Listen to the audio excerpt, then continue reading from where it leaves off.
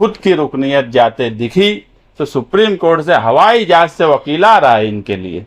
तो ये अब उनको नहीं सोचना है, ये मालेगांव शहर की आवाम को अब सोचना है। भरोसा सही जांच का शिफा कंप्यूटराइज्ड पैथोलॉजी लेबोरेटरी मालेगांव, अनुभवी MD pathologist doctor Anuja Patil madam की निगरानी में सटीक और तेज रिपोर्ट, लेडी स्टाफ उपलब्ध है। व्हाट्सएप और ईमेल के माध्यम से रिपोर्ट भेजने की सुविधा और सबसे खास घर से सैंपल कलेक्शन की सर्विस बिल्कुल मुफ्त। हमारी man lab Mirza Ghalib road Malegaon पर स्थित है। साथ ही पूरे शहर में ब्लड कलेक्शन सेंटर्स भी जारी हैं। लैब सुबह 8 बजे से रात 11 बजे।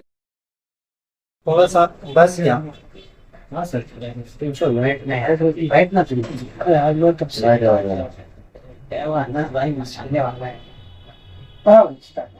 बोलिए। कल मौजूदा एमएलए की एक प्रेस कॉन्फ्रेंस सुना। हजरत के चेहरे से हवाइयाँ उड़ी हुई नजर आ रही थी। झूठ पे झूठ, झूठ पे झूठ और सिर्फ झूठ। इलेक्शन पिटीशन के ताल्लुक से उन्होंने कल जो भी बातें बोली वो कहीं ना कहीं जुरिसडिक्शन, वकला, जजेस इनकी तौहीन नज़र आती है। और एक अवामी नुमाइंदा पब्लिकली अदालती निज़ाम के बारे में, वकला के बारे में, सिटिंग जज की करने की बातें, वकील पैसा ले लेते हैं, इस तरह की जो बातें बोली गई ये कहीं ना कहीं कंटेम्प्ट है। और एक बात आप लोग समझिए कि सरकार में बहुत सी अलग अलग एजेंसियां काम करती हैं। ईडी, सीबीआई, पुलिस की एजेंसी, ऐसे अलग अलग एजेंसियां काम करती हैं। आज अगर हिंदुस्तानियों को किसी निज़ाम पर भरोसा है तो अदालती निज़ाम है। और अवामी नुमाइंदा इस तरह से जजेस के ताल्लुक से, वकला के ताल्लुक से नहीं बोल सकता पब्लिकली। मगर उन्होंने कल जो बातें बोली हैं उन तमाम बातों को हमने हमारे रिकॉर्ड पे ली है और वकीलों के ही ज़रिए बॉम्बे बार काउंसिल को हम एक तकरार देंगे कि क्या महाराष्ट्र में तमाम ही वकील बिकाऊ हैं जो ये इल्ज़ाम लगा रहे हैं। और चीफ जस्टिस ऑफ बॉम्बे को एक अरीज़ा देंगे कि इस तरह से पब्लिकली बोलने की वजह से आवाम में एक मैसेज जाता है कि अदालती निज़ाम, जजेस, वकला इन पर से भरोसा उठे। इस तरह की बातें बोलना ये कहीं ना कहीं अदालती निज़ाम जिस पे हमें पूरा भरोसा है वो अवामी तौर पे उसकी तौहीन होती है। और इस तरह की बात वो पीछे भी बोला करते थे कि केस से कुछ नहीं होता, 5 साल चलते रहता है, वकील ऐसी खींच डालते, जजेस कोई फैसला नहीं करते। तो ये कानून बनाने वाले, कानून की जो रक्षक हैं उनके ऊपर ये इल्ज़ाम लगाना है और हर वक्त वो इस तरह की बातें बोलते हैं। तो कहीं ना कहीं उनको अब सबक सिखाना चाहिए। ये सोचकर हमने ये फैसला किया है कि हम कोई केस नहीं करेंगे। हम बार काउंसिल ऑफ बॉम्बे को तकरार देंगे, उनकी वीडियो की रिकॉर्डिंग देंगे। चीफ जस्टिस ऑफ बॉम्बे उनको तकरार करेंगे, उनको वीडियो की रिकॉर्डिंग देंगे कि इस तरह से भ्रम फैलाया जा रहा है कि कोई फैसला नहीं किया जाता। जब एक कानून बना है डिस्क्वालिफिकेशन का, तो एक कानून बना है मजहब के नाम पे, अलग अलग सवाल पे अलग अलग, उस पर एक पीपल्स एक्ट में कानून है। अगर कानून इसीलिए बना है कि अगर कोई चीज़ गलत हुई है तो उस पर फैसला करे अदालत। ये जो बोलते हैं कि 5 साल कुछ नहीं होता, कोई फैसला नहीं किया जाता, ये अगर बोला जा रहा है तो ये अदालती निज़ाम की तौहीन है और ये अब बंद होना चाहिए। आप लोग देखेंगे तो क्या महाराष्ट्र में बॉम्बे जैसी हाई कोर्ट, महाराष्ट्र जहाँ के वकील जज बनते हैं, जज के बाद चीफ जस्टिस ऑफ इंडिया बनते हैं। अभी आज के वक्त में भी जो चीफ जस्टिस ऑफ इंडिया है वो महाराष्ट्र के हैं और ये इस तरह की बात बोलते हैं कि खरीद और फरोख्त हो रही है जजेस के बारे में, वकला के बारे में। तो ये सही तरीका नहीं है अवामी तौर पे बोलने का। आप कभी भी देख लो पब्लिकली कोई लीडर कभी जजेस के बारे में, अदालती कामकाज के बारे में इस तरह के जुमले इस्तेमाल नहीं करता। मैं हमेशा से कहता हूँ कि इनको कोई कानूनी समझ नहीं है, इनको कुछ नहीं समझता। और कल की अगर आप लोग प्रेस सुने होंगे तो ये भी बोलते हैं कि कुछ नहीं होने वाला, डरे हुए भी हैं, और एक तरफ ये बोला जाता है कि हमने नहीं बोला। जो मजहबी बात है, हमारे स्टेज से दूसरे लोग बोले तो कम से कम उन्होंने अवामी तौर पे ये बात मानी कि उनके स्टेज से दूसरे लोगों ने इस तरह की बातें की है। मैं आपको महाराष्ट्र का ही एक शिवसेना के एमएलए का केस बॉम्बे हाई कोर्ट में रहा। उस वक्त शिवसेना के चीफ बाल ठाकरे साहब, उन्होंने उस एमएलए के स्टेज से धर्म के नाम पर वोट मांगी थी। डिस्क्वालिफिकेशन के लिए उनके सामने का उम्मीदवार जब गया तो उस वक्त भी ये बात वहाँ आई। तो उस वक्त कोर्ट ने ये फैसला किया कि अगर कोई उम्मीदवार के ताल्लुक से उसके प्रचार के लिए अगर कोई दूसरा आदमी भी धर्म का इस्तेमाल करता है या ऐसी बातें जो कानून में, इलेक्शन का जो कानून है उससे हटकर होती है, तो और उसका कंसर्न माना जाएगा कि वो बात उम्मीदवार की ही तरफ से बोली गई है। और कहीं ना कहीं मौजूदा एमएलए ने ये बात मान ली है कि इस तरह से उन्होंने किया है। और मैं तो चाहता हूं कि हर वक्त वो इलेक्शन पिटीशन पे बोलते रहें ताकि सारी चीज़ें जो नहीं है वो भी हमारे सामने आ जाए। तो ये एक हमारे लिए भी अच्छी बात है। और आप देखो, आज 6 महीने के ऊपर हो गया एसआईटी बनी हुई है, बार बार लोग परेशान हो रहे हैं, मुसलसल नोटिस आ रही है, मुसलसल लोग केसेस पे केसेस हो रहे हैं। उनकी ऑफिस में बैठने वाला आसिफ अंजुम, उनकी ऑफिस का सेक्रेटरी, उसके अलावा कई हमारी माएँ बहनें जेल में हैं। कई मर्तबा ऐलान करने के बाद कि हम वकील लगाएंगे, हम कोर्ट जाएंगे, मगर किसी भी गरीब के लिए जो परेशान है इन्होंने एक वकील नहीं लगाया। मगर खुद की मेंबरी जाती हुई दिखी तो दिल्ली सुप्रीम कोर्ट से वकील बॉम्बे हाई कोर्ट में आ गए।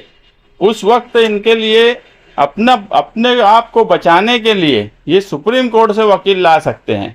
जमीयत का नाम लेते हैं कि जमीयत से मशवरा किया गया, तो क्या जमीयत ही उस वकील का खर्च भी देने वाली है, उसका भी खुलासा कर दें। क्योंकि वकील अगर दिल्ली से आएगा तो ऐसे ट्रेन और गाड़ी से तो आएगा नहीं, उसके साथ तो 1-2 लोग रहते हैं, प्लेन से आना जाना, उसकी फीस। तो क्या हम जो बार बार बोलते हैं कि सियासी तौर पर मौजूदा एमएलए जमीयत का इस्तेमाल करते हैं, जमीयत के चंदे का इस्तेमाल अपने सियासी फ़ायदे के लिए करते हैं, तो क्या कल उनका ये बोलना कि जमीयत ने उनको बोला इस वकील को लगाओ, तो उसका खर्च क्या जमीयत के चंदे से दिया जाएगा, उसका खुलासा कर दे।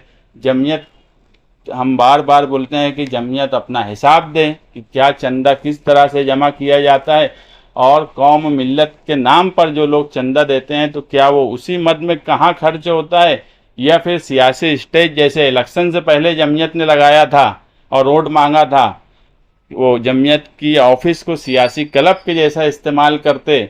अब इलेक्शन पिटीशन में भी जमीयत का नाम उनकी तरफ से आया, हमने नहीं बोला। तो इन सब बातों का भी खुलासा उनको करना चाहिए। गरीब लोग, परेशान लोग जेलों में बंद है, उनके लिए वकील मालेगांव का एक नहीं कर सके, बम्बई का नहीं कर सके, मगर खुद की रुकनियत जाते दिखी तो सुप्रीम कोर्ट से हवाई जहाज से वकील आ रहा है इनके लिए। तो ये अब उनको नहीं सोचना है, ये मालेगांव शहर की आवाम को अब सोचना है। मैं अब यहाँ पर मालेगांव शहर की आवाम से अपील कर रहा हूँ कि आप सोचिए, समझिए कि एक आदमी अपनी रुकनियत बचाने के लिए दिल्ली से वकील हवाई जहाज से मंगवा रहा है, मगर एक बस से भी मालेगांव से वकील हाईकोर्ट नहीं ले जा सके, लोग जेल में बंद है, उनकी मदद नहीं कर सके। तो अब ये आवाम को फैसला करना है कि किस तरह की जिम्मेदारी मौजूदा एमएलए को इस शहर ने दी थी। क्या उनकी रुकनियत बचाने की जिम्मेदारी दी थी? कभी अगर 178(3) में घर टूटते हैं तो वो एक ही बात बोलते हैं कि अगर मैं वहाँ चला जाता तो मेरी रुकनियत रद्द हो जाती।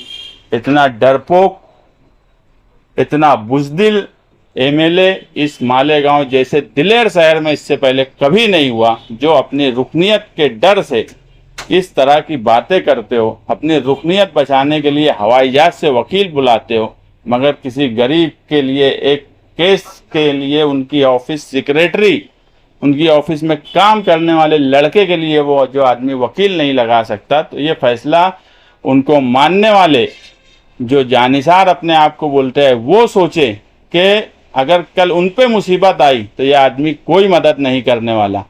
अगर उनके लोगों पे कोई मुसीबत आई, और आप देख भी रहे होंगे कि जो जैसा कर रहा है वैसा भर रहा है, उसके बाद भी ये आदमी कोई किसी की मदद नहीं करता। ये सिर्फ और सिर्फ खुद के लिए जीते हैं, खुद के लिए इनको सब कुछ चाहिए, खुद सिर्फ और सिर्फ ठेकेदारी, कमीशन खोरी, इसमें मज़ा ले रहे हैं और उनके आसपास के लोगों को भी बेयार और मददगार छोड़ रहे हैं, मगर खुद की रुकनियत की बात पे बड़े वकील लगाने के लिए इनके लग सब कुछ। बात बोला कि हम कोई केस नहीं दाखिल करने जा रहे। कंटेम्प्ट का मतलब क्या होता है कि कोई कोर्ट की एक कोर्ट है, एक जजेस है, एक जुरिसडिक्शन का अपना एक निज़ाम है, उस पर तनकीद करना, उस निज़ाम पे करप्शन होने की तनकीद करना कि पूरा निज़ाम, पूरा सिस्टम ही गलत है, तो उस पर वकील के ज़रिए बॉम्बे बार काउंसिल में हम एक अरीज़ा देंगे कि बॉम्बे बार काउंसिल फैसला करेगी क्या महाराष्ट्र में सब वकील बिकाऊ हैं, जिस तरह की वो बात बोल रहे हैं खरीद और फरोख्त की। वकील की तरफ से देंगे, वकील खुद वकील अपना अरीजा देंगे कि यार इस तरह की इन्होंने बात बोले, और chief justice of Bombay high court उनको भी एक अरीजा दिया जाएगा कि इस तरह से ये अवामी तौर पे अदालती निज़ाम के बारे में इस तरह की बात बोलते हैं जिससे लोगों का भरोसा अदालती निज़ाम से उठना यानी उठ सकता है। अदालत का फैसला क्या होगा ये कोई नहीं बोल सकता। जो मेरिट और जो ग्राउंड है वो बहरहाल बहुत मजबूत है, क्योंकि उसमें शान हिंद भी रिस्पोंडेंट है, आसिफ शेख साहब जो है वो पिटिशनर है, जितने उम्मीदवार होते हैं सबको पार्टी बनाया जाता है। तो हमने भी हमारी बात एफिडेविट के ज़रिए वहाँ पे रखी है, तो ग्राउंड और मेरिट से जो है वो मजबूत है। बाकी फैसला जजेस उसकी पूरा एक प्रोसेस है, इशू फ्रेम होना, चार्ज फ्रेम होना, उसके बाद फैसला होना, कोई एक तारीख पे फैसला नहीं होता। लेकिन ये बात बोलना कि कोई फैसला ही नहीं होता, ये बेवकूफ़ इंसान है, इनको कानून नहीं समझता, इनको कायदा नहीं समझता, इस पे तो मुझे कोई हैरत नहीं है। अपने आसपास भी ऐसे लोग नहीं रखते जिनको कुछ समझता हो, इस पे मुझे बड़ा अफसोस है। चीफ जस्टिस को और बार काउंसिल को अरीजा लिखेंगे, अब वो पूछेंगे अजीत पवार साहब से कि क्या ऐसी बात हुई थी क्या, तो खुलासा होगा ना। चीफ जस्टिस आप पूछेंगे ना, जब हम बोले हैं कि इस तरह का इल्ज़ाम लगाए हैं तो वो पूछेगा, इनसे भी पूछेगा, और हो सकता है चीफ जस्टिस है अजीत पवार साहब से भी पूछे, तो अब तो वही खुलासा करेंगे। वो आदमी है कुछ समझता नहीं। पिटीशन किस बात पे फाइल हुई है, पिटीशन जिस पे फाइल होती है उसमें क्या ग्राउंड है, क्या प्रे है, क्या डिमांड है, उस पर बहस होती। कोई भी कुछ भी बाद में आके कि ये अगर तुमको ऐसा था तो तुमको अलग से कोई केस दाखिल करना था। और अगर पार्टी पे एतराज है, एक बात आप समझ लो कि पार्टी का रजिस्ट्रेशन इलेक्शन कमीशन करता, हर एजेंसी का अपना काम है, अदालत नहीं इलेक्शन यानी कोई पार्टी रजिस्टर करती। तो ये बेवकूफ़ी जैसी बात बोलते हैं, वो सिर्फ अपने लोगों को कैसे भी खुश कर दूं कि बस वाह वाही हो जाए, खुश हो जाए, बस ये चक्कर में ऊट पटांग झूठ फसाद जो समझ में आता वो बोल देते, करना कराना कुछ नहीं रहता।